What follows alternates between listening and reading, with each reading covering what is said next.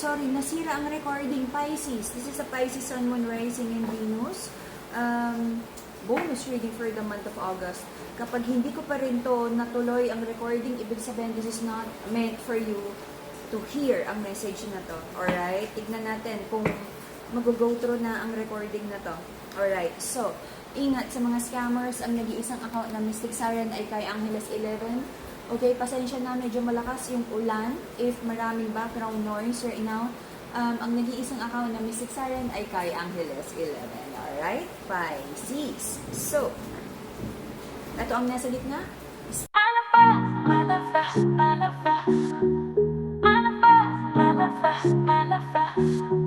Stability, financial stability. I feel nagkaroon naman ng enough for you in the past, pero yung contentment is not there, Pisces. Marami ka pa rin hinintay ng offer na hindi natuloy. Marami ka pang, you know that there's something more for you, okay? So parang naging hungry ka for success. And for some of you, nagkaroon talaga ng delays ang iyong mga minamanifest na success. Alright. You try to connect with the divine. The High Priestess is the energy of you trying to connect with your intuition, trying to be more spiritual. You're trying to do what's right. I feel in the past, nagkaroon ng energy sa'yo na nalink ka sa mga hindi magandang partnership, na hindi magandang connection, business and love, na hindi nagdala ng magandang karma sa'yo. So, parang recent past, nagkaroon ng energy of like you're trying to realign yourself sa mga plano sa'yo ni God and you're doing the right thing. Okay? Kung hindi pa ito nangyari and natetempt ka, okay, if right now, naiinip ka sa success mo at natetempt ka na gumawa ng hindi legal na mga bagay na alam mong hindi divinely aligned, bitiwan mo na yan hanggat maaga. Alright? The feminine in this connection, sabi niya, ayaw niya ng conflict, but para sa kanya, hindi pa tapos ang connection na to. Anong ipinaglalaban ng feminine here? Pisces, there's an energy of like thinking of reconnecting, reconciling, pero hindi mo alam kung ano talaga ang best for now, okay? With a wisdom card in reverse. Nagkaroon ng overthinking, overanalyzing sa situation na to, but you feel na parang, sige, kung wala pang sagot for now, you would try to detach yourself, tumahimik ka, nag-pull back ka ng energy mo. For most of you, nandun ka sa isolation mo because you want to think things through kung ano ba talaga yung mga dapat gawin sa connection na to. Because sabi mo, whether with or without these people na kasama mo sa partnership, kung anong klaseng relasyon man yan, family, love, or business, sabi mo, you want what's best for you. Gusto mo ng victory mo, and this time, sabi mo, this is connections and partnership that is divinely approved. Okay? Nagkaroon ng conflict sa love na I feel na apektuhan ang iyong finances. Okay? Sabi ng feminine sa connection na to, wala naman daw nabibuild with this masculine. Okay? I feel interesado naman ang masculine sa feminine, but the level of commitment and love, magkaiba kayo ng readiness and definition. Okay? I feel, sabi ng feminine, for now, kung hindi naman ready si masculine, the feminine will do what's right for her, and I feel merong pagdistansya and walking away energy for now. Alright? Let's see. May mga energy at like nagkaroon ka ng mga connections and partnerships na alam mong hindi tama para sa'yo. Cut off na yan. You know, if you enter into a partnership, business, and love, kahit kamag-anak pa yan, kapag may hindi magandang karma, ang taon na to, dahil partnership nga, you'll share both good and bad karma. Alright? Let's see. The reason for the reading is, sabi ng feminine, she wants to move forward for now. Maraming trust issues sa relationship na to, na parang hindi na napag-usapan. Okay? Is someone trying to walk away and to escape personal accountability para sa kanyang personal growth?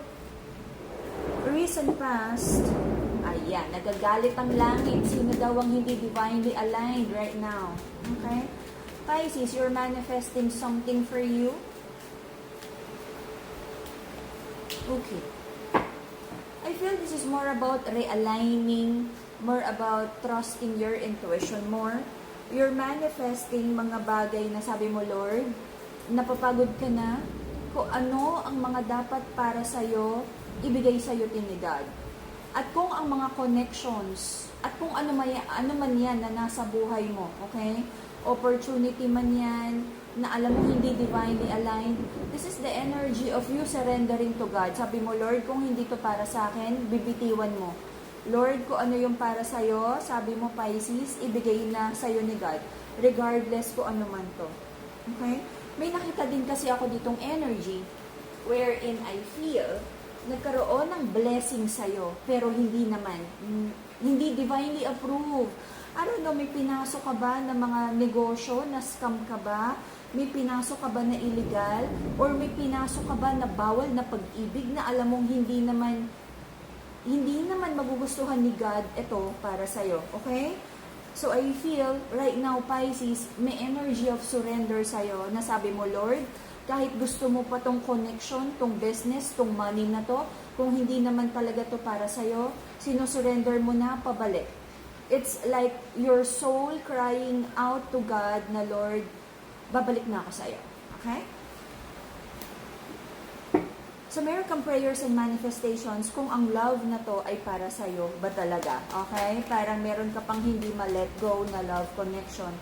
Pinag-iisipang mabuti, but I feel maraming hindi magandang energy sa love connection na to.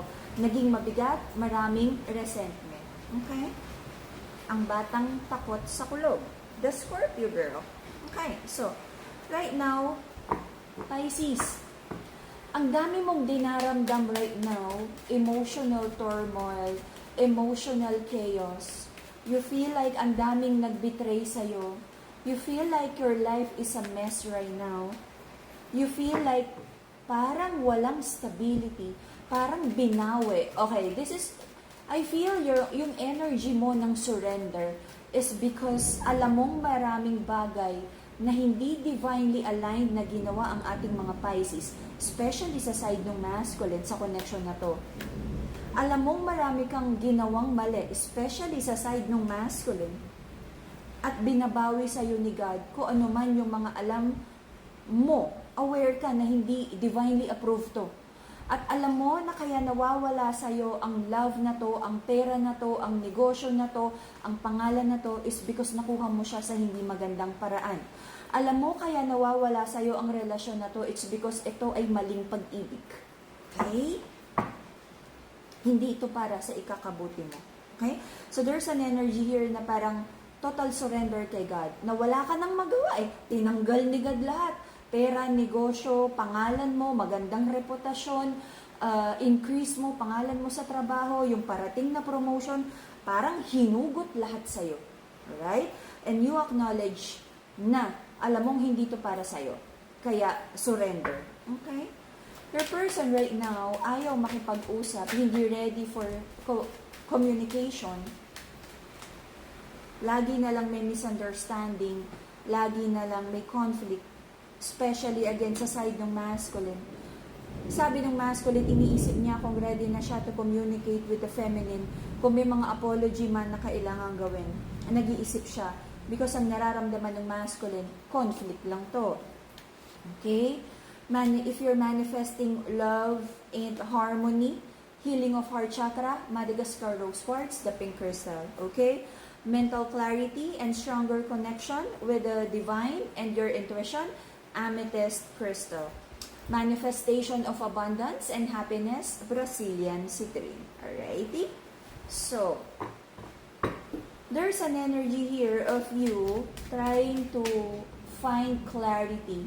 Ano pa ba yung malabo? Ano pa yung ipinagsinungaling ng tao na to? Ano pa ba yung dapat mong malaman? Ano pa ba yung mga connections na dapat mong bitiwan na hindi naman para sa'yo? Okay? Again, this is not just about love. I feel ito yung mga taong kinaibigan mo, tinropa mo, kasama mo sa negosyo, na tinatanggal ni God unti-unti dahil hindi maganda ang dulot sa'yo. Okay? Until the end of the year. Okay? I feel magkakaroon dito ng energy of inip para sa'yo. I feel kahit may energy ka ng full surrender kay God, naiinip ka pa rin, sabi mo, Lord, kailan ba darating ang iyong happiness? May energy din dito na parang may thinking ka na parang ganun talaga, no? Kapag naging masaya, pag parang laging binabawi ni God. Okay. Until the end of the year, there's an energy here of parang naiinip ka. Sabi mo, Lord, kailan ba darating yung happiness mo? Para sa mga may anak, you have to have a new mindset, a new way of thinking. Because there's an energy for you na parang because of challenges, lalo na sa pera, baka maging short-tempered ka sa mga anak mo kung may anak. Okay? Maraming maaari, no? Let's not claim. Maaaring magkaroon ng mas madaming challenges about finances.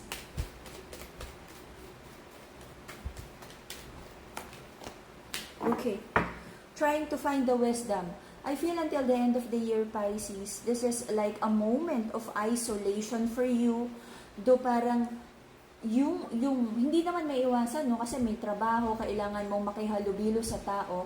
It feels like parang yung pakikipaghalubilo mo sa tao, parang ang ingay. And you might crave for solitude na after ng trabaho, 'di ba? Parang kailangan kasi natin magtrabaho. You would really crave na solitude na pag-uwi, gusto mo tahimik, walang kausap. You want to find clarity. This is realigning yourself sa truth, sa wisdom, sa plano ni God. Kasi you feel like naligaw ka ng landas, na parang nalunod sa dreams, nalunod sa pera, nalunod sa material things, you know?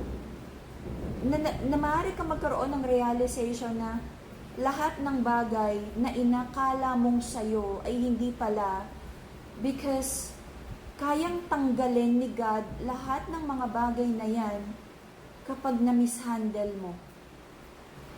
So I feel until the end of the year, this is a chapter for you finding the wisdom and solitude.